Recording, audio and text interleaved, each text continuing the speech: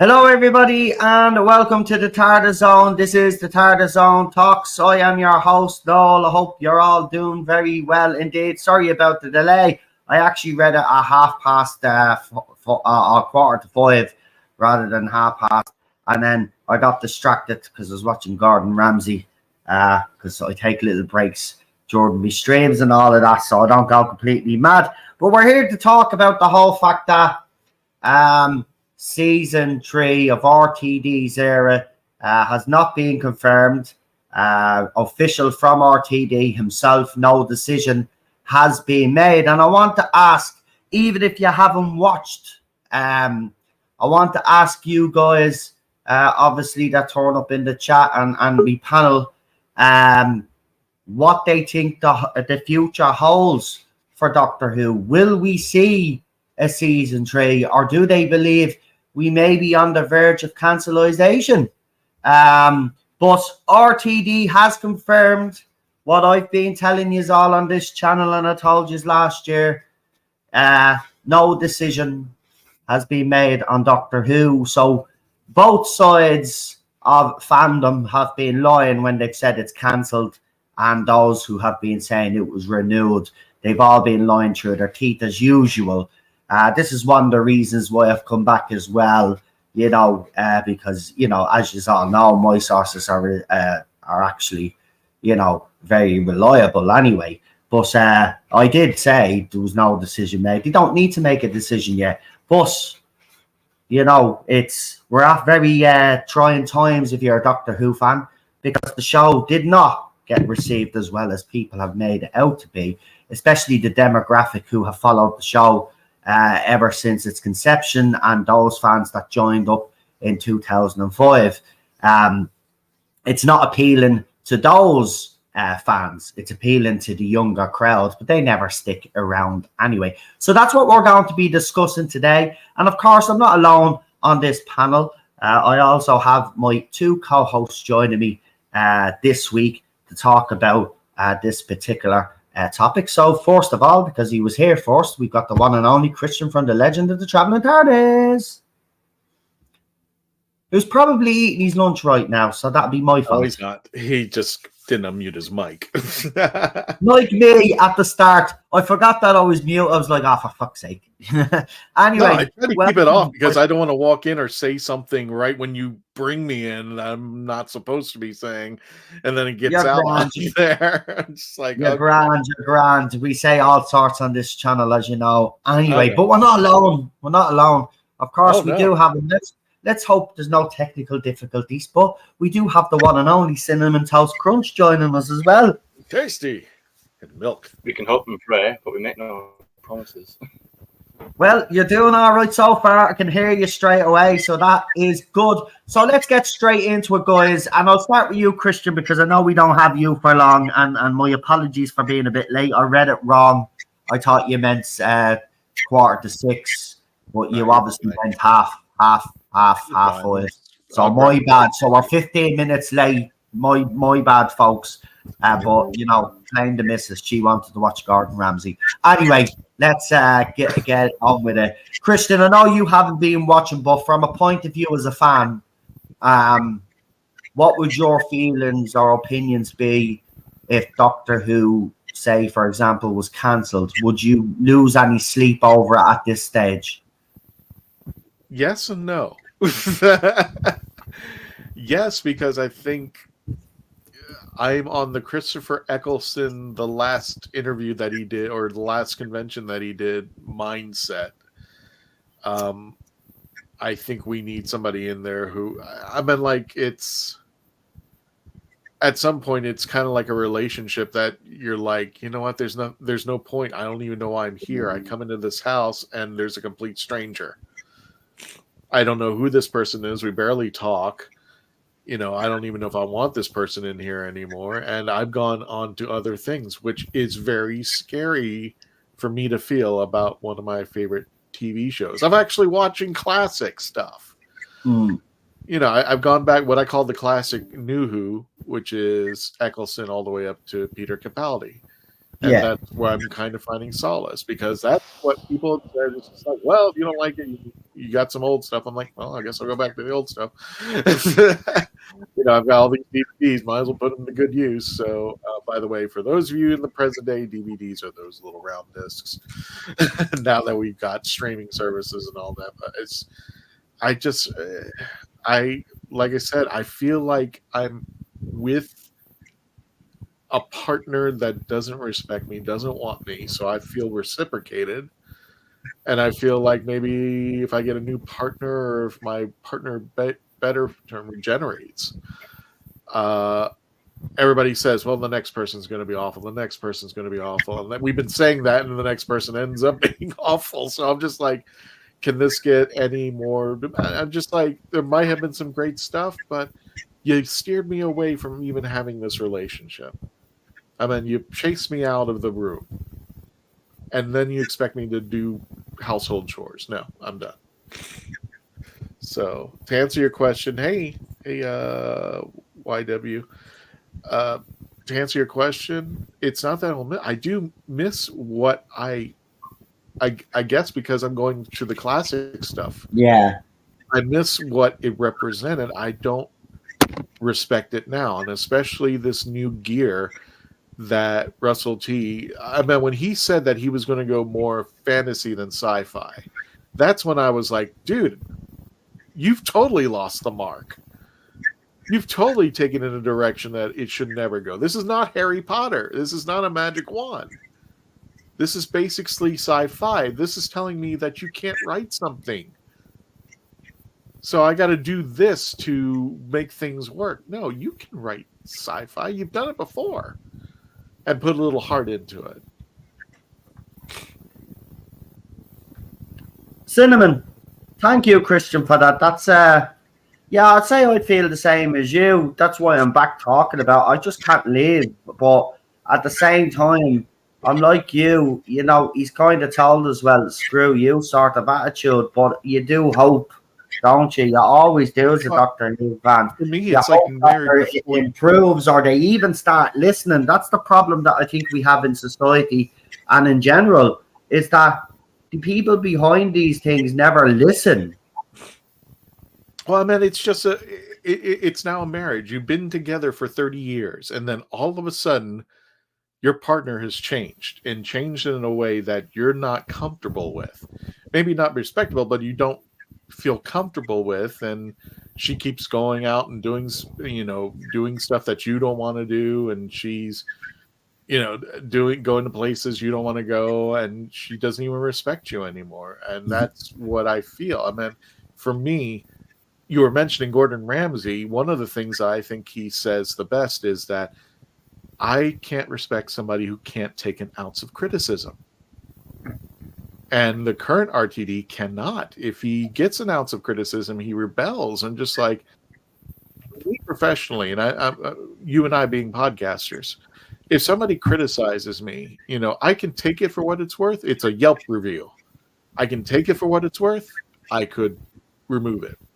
But how I interact with that criticism defines who I am. So if somebody comes out and attacks me, I can, just mute it, delete it, get rid of the guy. Or if it's very critical, just like I think it was Scottish Stavros who wrote to RTD. Didn't he write to him?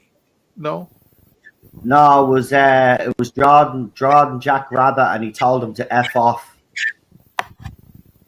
Well, I mean, like, what do you expect me to do? Yeah, I'm like, oh, you told me to go piss myself, and you think I'm going to run out and buy the first sonic screwdriver I can find? No. You invite me to be part of this. You encourage me to be a part of this. And even though you're changing stuff, you walk me through it.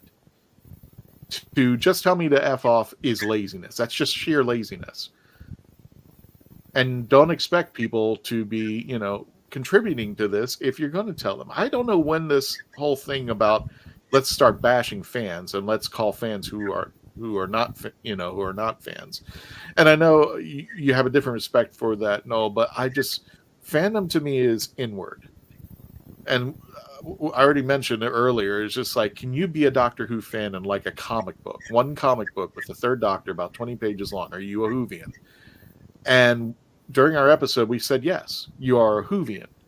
But it's also, I think, how you treat other people. It's just not, there are Whovians out there go like, well, you've never heard of Big Finish or Virgin Books or the comic books. And it's just like, yeah, I will admit, if I put myself on a level between 1 and 10 about the experience, I think I rate myself as a 6 or a 7. I've seen Classic Who, I've seen New Who.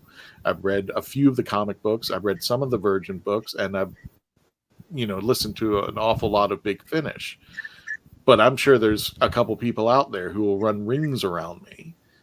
It's how you treat people and respect them to bring them into your world.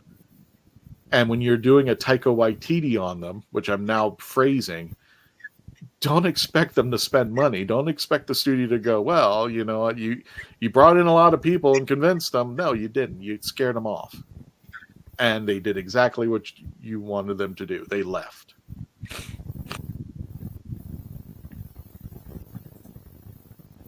Ooh, sorry guys, just 10 memberships have gone out there. I'll read the names out now in a few minutes. But yeah, Christian, I actually agree with you. I mean, look, he soured the well he did with the way he's treated fans. He does have a thin skin. You think working in this industry, actually, he would have some sort of a thick skin, wouldn't you? But he does seem very fragile over these last few years. And, okay, he apparently recently did an interview where he admitted that mistakes were made in the first series. There wasn't enough villains or whatever it was. But if you knew that at the time, why didn't you do it then instead of waiting until the mistake was made? I don't get this man this time round. I don't know what he's aiming to achieve with Doctor Who, except maybe massage his own ego. But what he's putting out right now, I mean, you can't even call that Doctor Who. It isn't. It's not. You're right. It's not Harry Potter. Like, if people want to watch Harry Potter, watch Harry Potter. Doctor Who isn't fantasy. And I know, see, this kind of stems with Moffat, because he kind of experimented a little bit with the fantasy side of it. But I think he did it within a sci-fi context, which I think, it didn't always work. But, when he did do it and it did work, it was actually pretty good. RTD doesn't have that in his arsenal, I don't think. He's good at writing drama stuff. That's his benchmark there, and that's what he did very successfully with the first era. Introducing the family dynamic. Bringing that drama to it, and then adding the sci-fi element. But he's just completely lost the plot. I mean, Cinnamon, where do you stand on it? Because you have been watching with me. We've been actually doing panels and we've reviewed these episodes. We didn't even do our season review because we were that fucking pissed. But maybe we'll do that season review in a couple of weeks' time and get a few of the old guests on to actually do a proper breakdown. But where do you stand on it? Do you think it's heading towards cancellation, or do you think Disney Plus will green light the third series, and then maybe think after that, then let's see what happens? I don't know, to be honest. Looking at the Acolyte, a bit different, obviously. That was almost quite largely universally hated. Doctor Who's different because Doctor Who seems to have a lot of people that seem to be forcing themselves to like it. You know, we all know the word chills, you know, words to that effect, but it's just there's a lot of people there's a lot of copium out there, people desperately wanting to like it. I desperately want to like it. I still think there's a lot of good things about it, but there's also a lot of very bad things, and there's no balance at all anymore. It really isn't. It's either one side or the other. There's no middle. There's no give or take. There's no, oh well, I hate this and I don't like this part of it, but I'm sure there's a counterbalance. There's none of that anymore, and you're not granted that luxury because, like I say, it's either one side or the other. Not even just Doctor Who. In other things, I'm talking to people in other fandoms and other spaces, and there's no balance.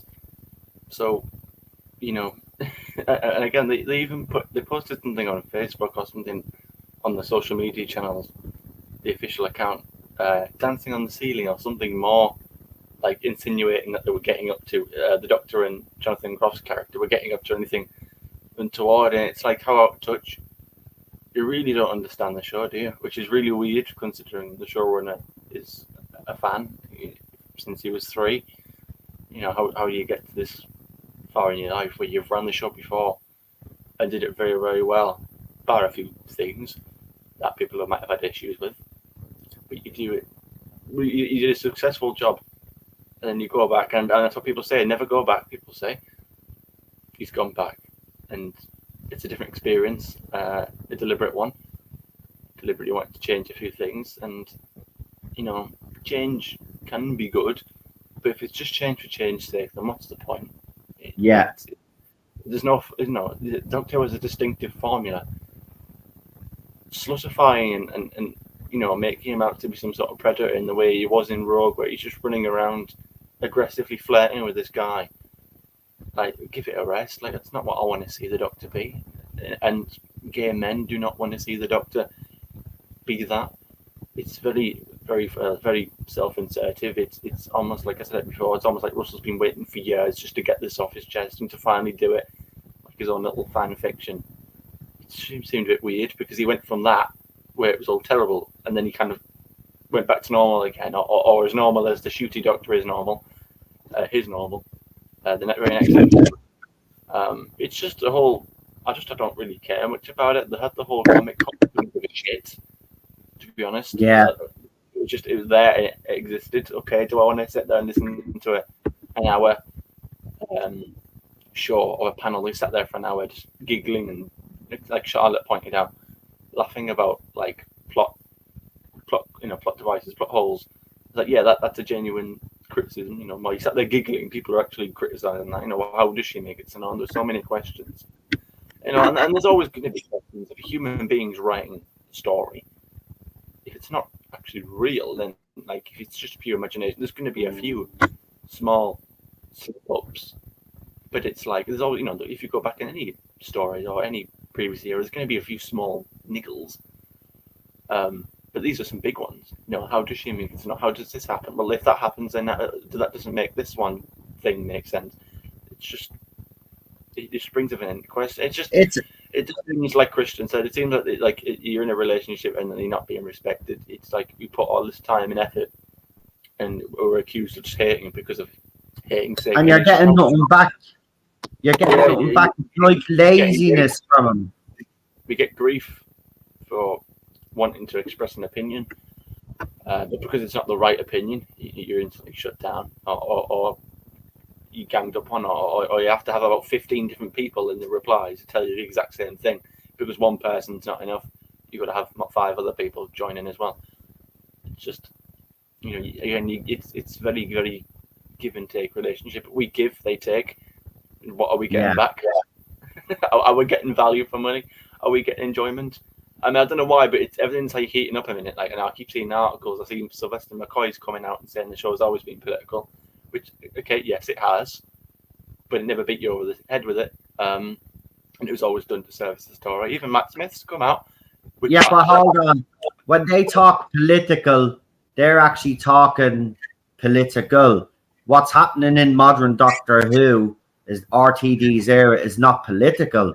this is biology and other stuff that he's putting out there. This is like gender ideology. The gender ideology is not political; it's a social issue, and he's putting it. And Doctor Who has dealt with social issues before, but as you said yourself, it's never hammered these things over your head. It's been done subtly, and also, might I add, the Orville did it very well with the whole gender of Bartis's and Yoki's child, right? Where in their society had to be a boy, women weren't allowed, and all the girls weren't allowed, and all of this, and the whole episode was based around that. But Seth MacFarlane showed every side of the argument. That's why it worked, and nobody gave out about it.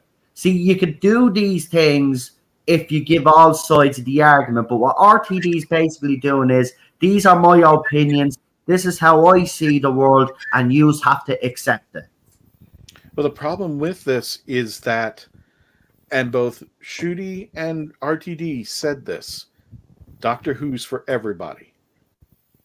Okay, if you're going to say that, you have just opened the door to a big platform where you're going to have to satisfy not a small minority, not a few people. You're going to have to satisfy the people who disagree with you, or people who just, the outliers like me, who just, I want to be entertained. And if by some chance you want to bring, and this is where I disagree, Cinnamon. Doctor Who was progressive. It wasn't political. There were some politics in it, but nobody was talking about Margaret Thatcher. Like, there was no one big episode about Margaret Thatcher being, how problematic she was, if that's what you agree on. Nobody was hitting an agenda and just smacking it across your face. What's that? The Happiness Patrol. Happiness Patrol. Even then, they don't even really mention her. Exactly, but that was the hidden thing. Yeah. In a skilled writer, you can bring me into your world and not even know that I'm entering your world. Yeah, it was cleverly done, you see. They didn't have to mention you knew who it was about, but they didn't have to mention the person, because the writing was so well done that you could make parallels with the person that they were actually trying to, for you to relate to. That's the difference. It was so much clever. You're right. It was so much more like just caught out. That's what it is. It's not complicated. If they wanted to get a message across, they got it across, but they did it within the context and the confines of the show. RTD's just broke all the rules, like Chris Chibnall before him. Like I said, there's always a point to it. That was always there to serve a story. Okay, we can probably discuss semantics of whether it's political or progressive, I'm sure, but when it was there, again, it was never that wasn't never the main focus. It was always, again, like I said, they're all sort of coming out now. Sylvester McCoy's came out and had his little 2 pence to it. Matt Smith's even come out, and I half agree with him. He did say something along the lines of, I don't know why Doctor Who's even in these discussions. I don't know why people are talking about them. But what I would say, Matt, is we never started those discussions. We were forced into them. We never asked for a female doctor. Who actually asked for a female doctor? It was always an idea, or a sort of suggestion that was floated around, like a what-if scenario, but it was never really pursued, like realistically or seriously. I remember when JNT was asked a question about it, and he was like, "Oh well, never say never. We're open to it, I guess, but it's not something that we're looking into." That was always the answer. It was an idea. I imagine if there was a female doctor, but again, it was never a serious consideration until they finally, did it. And again, they brought that discussion, that they made that discussion and that debate happen because they started it. They sound childish, they started it, but they did. They made it happen. They pushed the boat out and made a big deal about it for brownie points. And look how progressive we are. And we've got a first female doctor, and yet did nothing with her. But that's another story. So again, they started that discussion, and then people were for it, and then people were also against it. And it's a trope that I'm seeing time and time again. Typically, I'll see the left do something, or they'll motion something, put something forward, and then they'll get a reaction, possibly out of the right, and then they go, "Oh, look how aggressive! Look how awful these people are." well, you were the ones that started it, and then you act all defensive and make them out to be the aggressors when all they did was respond. So it's a two-way. It's a sort of not two-way system because it only works one way. And that's the thing. This is how the relationship when I was meaning that it's a marriage gone bad. As far as I'm concerned, it's just like you don't respect me, you don't want me to be around, but for some reason you want to repaint the house, you want to change out the car, and I'm not along for this ride, and you won't. The thing I think for a skilled showrunner is if they're going to make a change, and if they're going to do that, and that's why I say when some people ask me, well, who is the best showrunner, I say RTD. Who's the worst showrunner? It's RTD. I have to split them up between the 2005 and the 2023, 22, 23 RTD. And I said, I think a showrunner will coach you into it. They will bring you into the world. They're not going to leave you just hanging out there. They're going to bring you in and say, hey, we brought in the first female doctor. We're going to have some fun with it. My challenge was, if you're going to do that, it's an alien. We got to remember that this is an alien. And, because she's got boobs now, it doesn't matter. She's still supposed to be part of that lineage. She's supposed to still have that. And Chibnall did not do well with what he had. And a lot of people give me grief because I said Jodie could be a doctor, but Chibnall was not the one to bring her in. I think Moffat should have been the one to bring her in. And I think she should have been darker. And we got a little darker in Flux, but it's a little bit too late. And it was just a trash can of a series. It's just like, okay, is the world blown up or not? I mean, what are we doing here? And I thought we were getting a darker side with the Flux Jodie, I call her now, or the Valyar Jodie. But it never, like you said, it never got explored. That should have been something earlier in the case. And we should have seen a darker side of the Doctor because that's what he is. That's all he's been throughout his life. And it got amplified when RTD brought him back after the Time War. And there's people who tell me, well, he's cured of the time. No, he's not. The Time War will always reside in him. That's going to dictate what he or she does in the future and how they have to step it. And the moral compass of the Doctor will always and should be challenged. That is the great writing of Doctor Who. My opinion. I don't think they understand the show anymore. I think it's quite plain and simple. It's just that we could sit here for hours and discuss it and dissect every little thing of every decision of every interview, of every quote. But when it comes down to it, does it feel like Doctor Who? Does it feel like authentic Doctor Who? No. Nope. And how do I come to this conclusion? Well, because it's what easy want to come to, but because again I see it in other spaces as well, in other genres, video games. Does this actually feel like that game? I know we're getting off topic a bit, but like zombies, me and Noel know that we play that mode. Yeah, that's not the same. It's not felt the same for a while, and then they've sort of the new game coming out. They've sort of gone back to it a little bit and got that feeling back. The fact that it's actually an original map and not just a multiplayer map changed. But is it too late? Set characters, and it got a lot of praise. Thankfully, it got a lot of praise because they actually did a good job. And then they released they showed off the sort of second map, and then they went back to exactly what they did before. It was bland, it was boring, there was no soul to it, there was no atmosphere, and it's like, well, yeah, you did all that good work. You actually got a lot of praise for the first map, and then the second one comes out, which is a lot of people are annoyed because they feel like they've overhyped it, and it's just. It's just like, what? Do you not listen at all? And it's like, I see that happening in this Doctor Who. Does it feel like Doctor Who? No, because even if there is, again, I saw on the sort of Sylvester thing, somebody, I don't know if it was a director, maybe worked on the Happiness Patrol, or I think he now maybe works on the post office thing, Mr. Bates versus the post, whatever that was about. And he sort of come out and said, oh, drama is boring if it doesn't have a message. Well, not necessarily. Drama doesn't have to have some big political story in it to be interesting. It might be misquoting him or whatever he said, but it was just like he just sort of made it out like, oh, a drama needs a good message to be good. And no, it doesn't.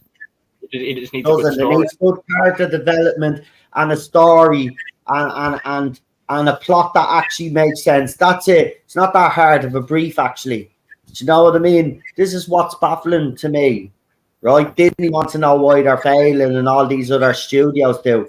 Well, go back to basics, right? You have done it with a couple of movies and a couple of shows, and they've been successful. Now, have they been the best fucking movies and the best shows out there? No. But because you fed the audience shite for so long, it makes these look brilliant. And case in point is Deadpool, the latest Deadpool movie, right? Is it the greatest story plot-wise? No. Does it entertain? Does it do what it said it was going to do? Absolutely. Absolutely. There were no politics in it either. It was just fucking fun all the way. Now, as I said, is it the most sophisticated and intelligent movie in the world? No. But when you fed your audience shite for so long, it makes it look Oscar fucking worthy. So, do you think Doctor Who is getting cancelled? I think, well, even if Disney was to sort of not want to be part of it anymore, they said, didn't they, that they'll just end up going back to. They made it sound like a bad thing, actually, when they said it like that. They said, oh, well, if we do have to go back to the old way and make small sets, it was the way they worded it. They made it out like to be a bad thing. I thought, well, actually, to be honest, maybe that wouldn't be the worst idea. Maybe you do need to sort of go back to basics. It's what we're all been saying anyway. I think, it depends on the space, because everyone's talking nonsense on all sides. Even so many people out there confident, putting down others, saying, it's coming, and then like, actually, no, it's. I would love to get the BBC head of drama on, right?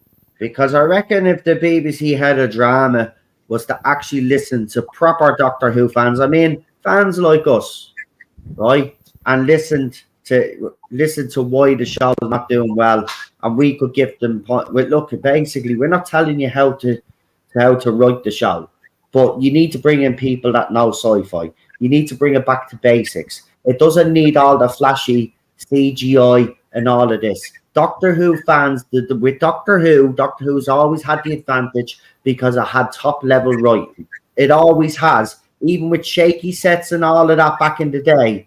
I says, as soon as the scripts start going shit in the 80s, what happened? The show disappeared, right? When the quality dipped. The same is going to happen here if you don't revert back to what made Doctor Who Doctor Who. This isn't Doctor Who, and fans don't recognize it as Doctor Who, and you need to stop chasing an audience that doesn't exist, right? And that's the biggest problem that RTD has, BBC have, Disney Plus have. They're but chasing an audience that just isn't there, or an audience that's going to stay loyal to this show. They're not going to stay loyal to this show like we have. Some of us all of our lives, like I'm in me fucking 40s, for God's sake, right? It's all I've ever known. So it's my favourite sci-fi out of all of them. Trek comes second, but it's always been Doctor Who number one, and always will be, no matter what. It's still up there, not the current quality, but because of its past and because of the new era and certain seasons in the new era, it's still up there for me, and it can go back to greatness. All it takes is a bit of love and care from BBC. Do you know what, BBC? If Disney don't want to do the deal, take it back. Take the show off air for a couple of years, 2 or 3 years, and then bring it back with proper people in charge, right? And go back to basics, and I can guarantee you, after you've left it off air for that long, there'll be excitement and buzz again. And especially then if you bring in people that we know that are actually brilliant in their field of writing sci-fi, you will get the fans excited again. But I personally think the show should go on hiatus. Now, whether that happens or not is another story. But that's just what I would like to see happening, because I do think it needs a rest, personally. They keep sort of trotting out sort of the party line of like, oh no, the BBC will come out and say like, oh no, we love the show. It's in the best place it's ever been, and all this spiel. But yet they say all this. They don't respect it. They don't actually treat it with care. And when we sit there and say it doesn't feel like Doctor Who, largely because it probably isn't. It doesn't feel like it because they're not. It probably because it doesn't. Again, going back to other genres. I see it again time and time. It's not just exclusive to Doctor Who or to Star Trek or these other shows. It's in all genres of all different mediums of entertainment. Video games again, going back to the zombies. A lot of people say, "Oh, it doesn't feel like zombies anymore. Just not that sort of creepy atmosphere." That's largely because it isn't. The catering towards the multiplayer market. They're having multiplayer features crossover into that game mode. They've got Warzone features. Again, making it more. They openly say we're making it more for the sort of casual multiplayer audience. But this is just beyond stupid level logic for me, because they're saying they want more. They want to cater to a wider audience, so they want all the multiplayer players to come over and play this game mode. But in doing so, you're changing and devaluing and dumbing down it and diluting and ruining the core game mode, upsetting its core audience that the game mode's for. Yeah. Catered towards an audience it was never for anyway. And that's the bit that gets me and other people. You're catering towards the multiplayer audience. It wasn't for them anyway. If they want to play zombies, play it. If you actually want to get involved in it and play that game mode and learn to enjoy it. I originally bought those games for the campaign mode, Cinnamon, right? And then, obviously, I heard about the zombie mode. And the first time you play the zombie mode on Call of Duty, let's be honest, it's fucking deadly, isn't it? Where you're in that little map. You don't know what the fuck is going on. And it's deadly, like, but you're right, this is what a lot of them are doing. They're moving away from the core audience that made their fucking franchises fucking popular, and then they wonder why the latest games don't do well. See, with the games, right? I know we're a bit off topic, but just for everybody to know, it's the same with EA FC or FIFA as it was called. Once that game went multiplayer and they focused on multiplayer, the quality of the actual game itself came down. A lot of us played FIFA for the career mode only. We didn't play to play online. But now there's so much focus on that, they've forgotten their core audience, which is the people that bought the games just to play the campaign modes. Well, to answer your question, if I was in the room with the people who were in charge of Doctor Who and BBC, and they actually took what I had to say seriously, here are the things I would say is restart everybody who is in the admin offices of this show. Bye. See you later. Get the guy from Babylon 5 or who, somebody else to run this show who will actually run it. First of all, go back to your sci-fi roots to where this show is popular. I don't understand when people say, well, when they were doing this, they're remarketing for a Disney audience. I'm gonna first of all, I came in with a PBS audience. People came in with a BBC audience. Yeah. And even with the New Who. So I feel like you're dumbing it down because you're satisfying a younger audience. No, I came in, I was like in my preteens when I started, even earlier than that. I can't remember the exact age. But Doctor Who has been running out through my life for as far as I'm concerned. And I was probably maybe even the single digits, if I can remember that far back. But you don't need to dumb it down. Bring it back to its sci-fi roots where it was fun. Get off, take me, and the most important thing is for everybody, it doesn't matter if you are for everybody, take me out of my reality and bring me into yours. Write a great story. And if you're going to have a moral or for a better term, a woke theme, wrap it around a burrito of a great story. And we will be talking about it for years later. We'll be talking about it today. There's some episodes I talk at conventions. Somebody will bring it up. Blink is always an episode. The 50th anniversary is always an episode that comes back. The Doctor's Daughter is something that always, even Big Finish. Big Finish had no budget except for audio. And some of the greatest stories I can think of that I can pull up anytime are from Big Finish. And that's just audio. There's no visual. It's a vision of the mind. It's a theater of the mind. But could you imagine if some of those audios made its way into the TV screen?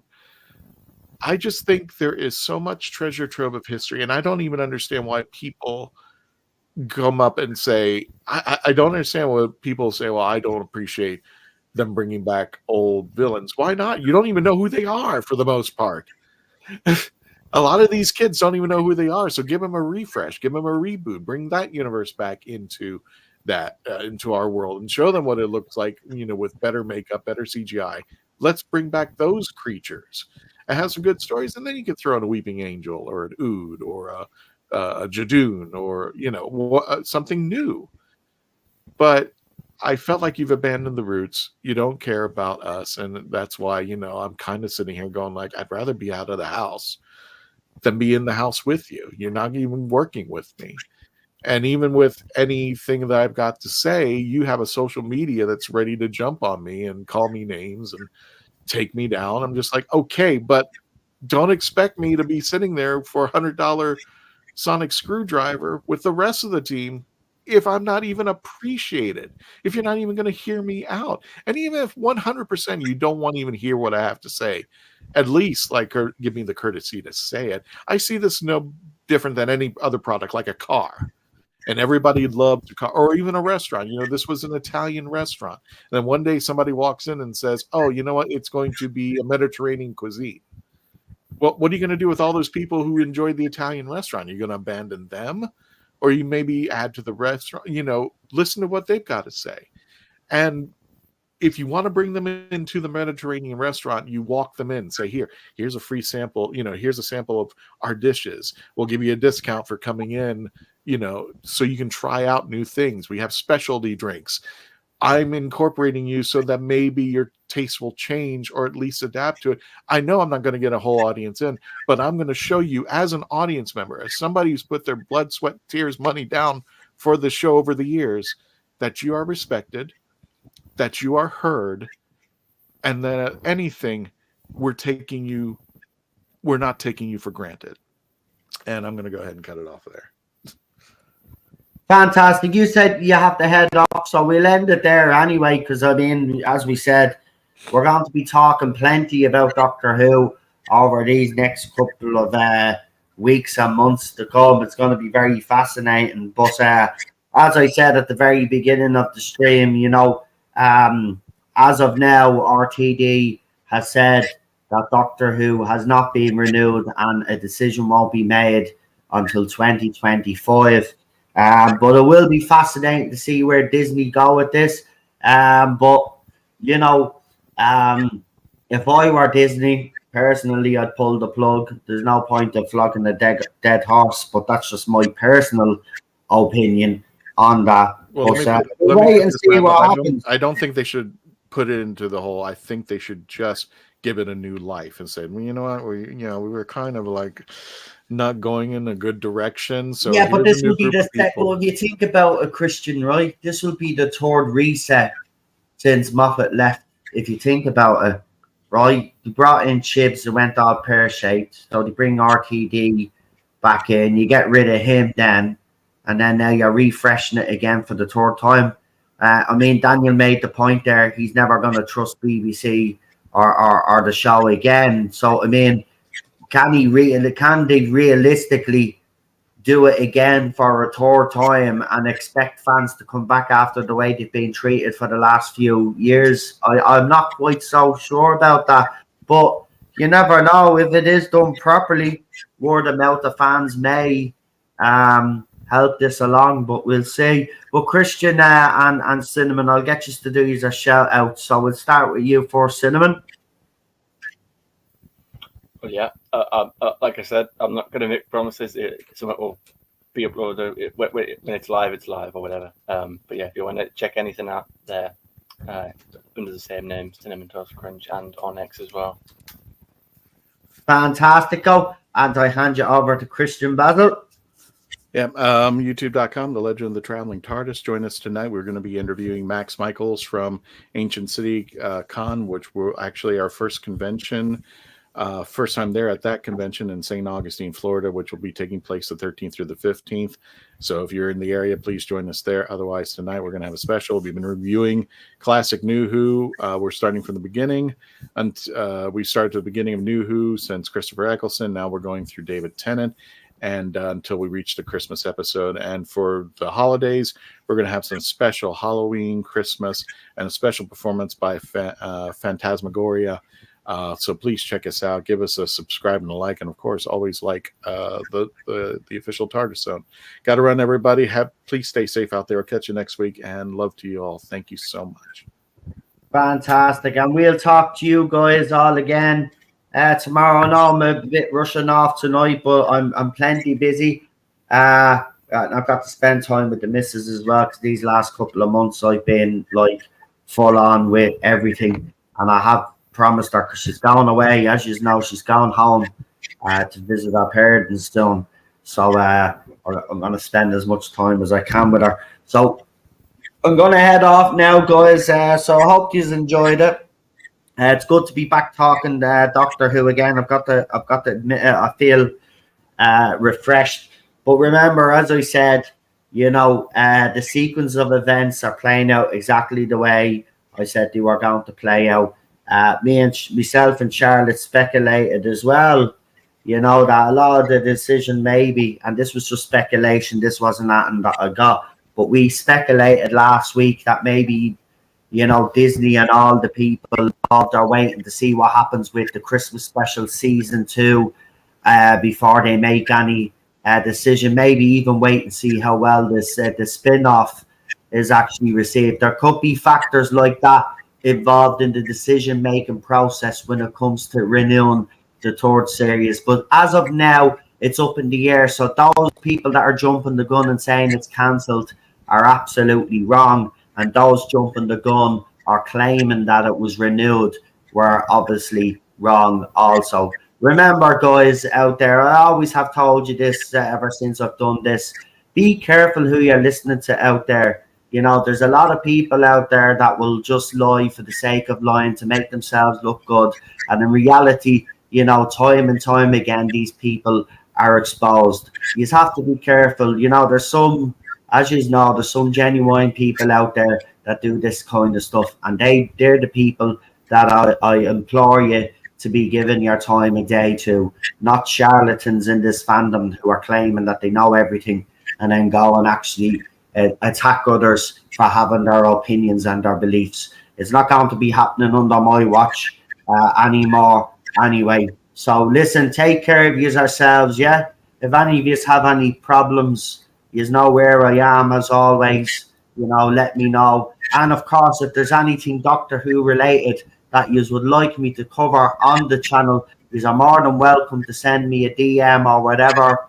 Send me a link to some article or whatever you want me to cover, and I'm more than happy to do that once it's obviously related to Doctor Who. Of course, we are back tomorrow with Cinnamon and Queen Charlotte, and it will be a longer stream, guys. I will stay on a little bit longer tomorrow, so don't worry. We'll definitely do over an hour anyway. But join us for that tomorrow, where we'll be talking more Doctor Who and trying to figure our way back into this, because I'm still getting catched up, because as you know, I completely switched off with Doctor Who, right?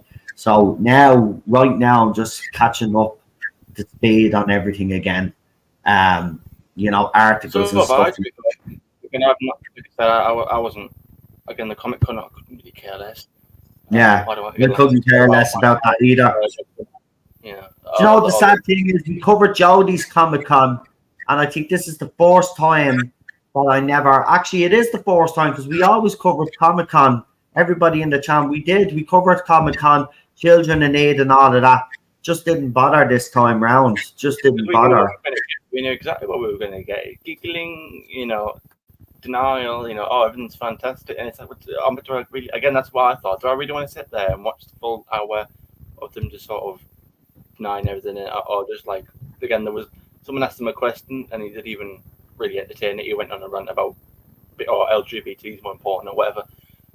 So again, why do I want to subject myself? Yeah, well, LGBT thing. So it's been quite quiet, and I've not really watched much streams Doctor related. I've sort of I've been focusing more on the football.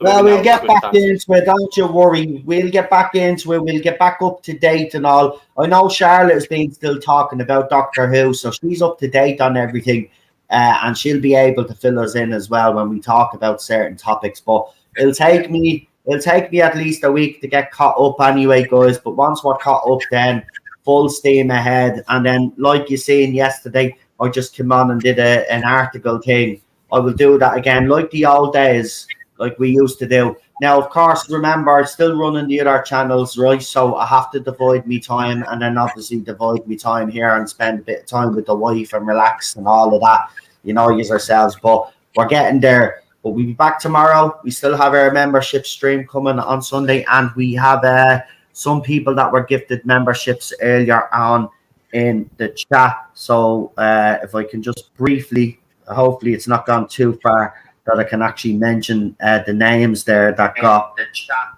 Hold on, why is my phone? That's funny. Right, so Cam's Crash Courses, Ben Casey, Eagle Eye, George L, and David Rayner got the first 5, and then I dropped another 5. So JWC Reviews, Dark Donny. Even if you have an existing membership, guys, it adds on another month. Dark Donny, who else? It's gone too far up. But there were a couple of other people there that got some, and it's at random, unfortunately. So there's still some people there that haven't got memberships that I'm actually pissed off about. But that's YouTube for you. But next month there'll be another 10 to drop. So unfortunately, you will have to wait till next month. But anyway, thank you for tuning in. We'll talk to you tomorrow, as I said. We've got plenty coming up as well. So tune in. We'll do something special for Halloween as well, like we always have done. And we'll see you for the next one, guys. Bye-bye. Take care.